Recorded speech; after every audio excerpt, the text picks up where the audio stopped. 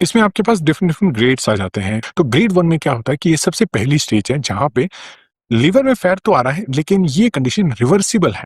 इसको कन्वर्ट किया जा सकता है बहुत easily by controlling your diet या अपने लाइफस्टाइल को चेंज करने से। तो ग्रेड 1 में आपका लीवर का डैमेज नहीं हो रहा है, लीवर बिल्कुल फिट एंड फाइन है और इस कंडीशन को रिवर्सिबल कंडीशन कहा जाता है, यानी आप इजीली इसको रिवर्ट कर सकते हैं और अपने लीवर को नॉर्मलाइज कर सकते हैं very very quickly. Second condition है जब लीवर में फैट की अकोमुलेशन ज्यादा हो चुकी है, फैट की मात्रा ज्यादा है और वो उस लेवल तक पहुंच चुका है जब वो लीवर के लिए टॉक्सिक हो चुका है, यानी लीवर सेल्स में अब उसकी वजह से टॉक्सिसिटी आ गई है। जब ज्यादा फैट की मात्रा हो जाती है तो उसकी वजह से रिएक्टिव ऑक्सीजन स्पीशीज जनरेट होती हैं हमारे सेल्स में और वो हमारे सेल्स को डैमेज करती है। साथ ही साथ माइटोकॉन्ड्रिया एक ऑर्गेनली होती है हमारे सेल में जो हमारे सेल्स के लिए बहुत इंपॉर्टेंट होती है, स्पेशली इन लीवर। उस पे भी बहुत ज्यादा प्रेशर आ जाता है। तो यानी लीवर सेल्स की बायोकेमिकल रिएक्शंस के ऊपर अब असर होना शुरू हो चुका है, यानी ग्रेड 2 में।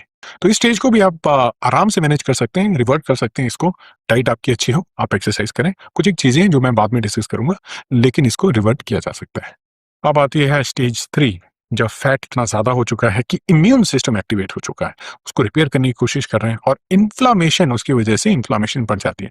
बहुत सारे मॉलिक्यूल जिनको साइटोकाइंस कहा जाता है वो रिलीज होते हैं और उनकी वजह से लीवर में इस तरह की कंडीशन हो जाती है जिसकी वजह से लीवर में डैमेज होना शुरू हो जाता है। ये आती है कंडीशन जब स्टेज 3 में लीवर पहुंच जाता है, जब आपका इम्यून सिस्टम एक्टिवेट हो चुका है और साथ ही साथ सेल्स में इतना फैट है कि वो आपके लीवर को डैमेज करना शुरू कर चुका है।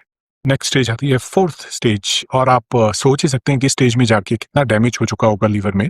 इसको फाइब्रोसिस भी कहा जाता है। उस स्टेज पे क्या हो जाता है कि कोलेजन डिपोजिशन शुरू हो जाती है, लीवर स्टिफ होना शुरू हो जाता है, जो नेचुरल टेक्सचर होता है लीवर का उसको छोड़ के वो थोड़ा स्टिफ होना शुरू हो जाता है और इन्फ्लामेशन कंटिन्यूस रहती है। कंटिन्यूस इन्फ्लामेशन की वजह से स्टिलेट सेल्स एक्टिवेट होते हैं और उनकी वजह से कोलेजन डिपॉजिट होना शुरू हो जाता है और उसकी वजह से स्कारिंग होनी शुरू हो जाती है हमारे लीवर की। और अगर ऐसी कंडीशन आ जाती है, कोलेजन डिपॉजिट होना शुरू हो जाता है, तो ये कंडीशन फाइब्रोसिस कंडीशन, लीवर की फाइब्रोसिस कहा जाता है और इस स्टेज पे कंडीशन थोड़ी सी क्रिटिकल हो जाती है। फाइब्रोसिस के बाद स्टेज आती है cirrhosis, liver cirrhosis. Liver cirrhosis means there is a permanent damage. Permanent damage यानी उसको रिवर्ट नहीं किया जा सकता है और इस स्टेज पे लीवर में क्रिटिकल डैमेज हो चुका है और लीवर के फेलियर के चांसेस बहुत ज्यादा बढ़ चुके हैं।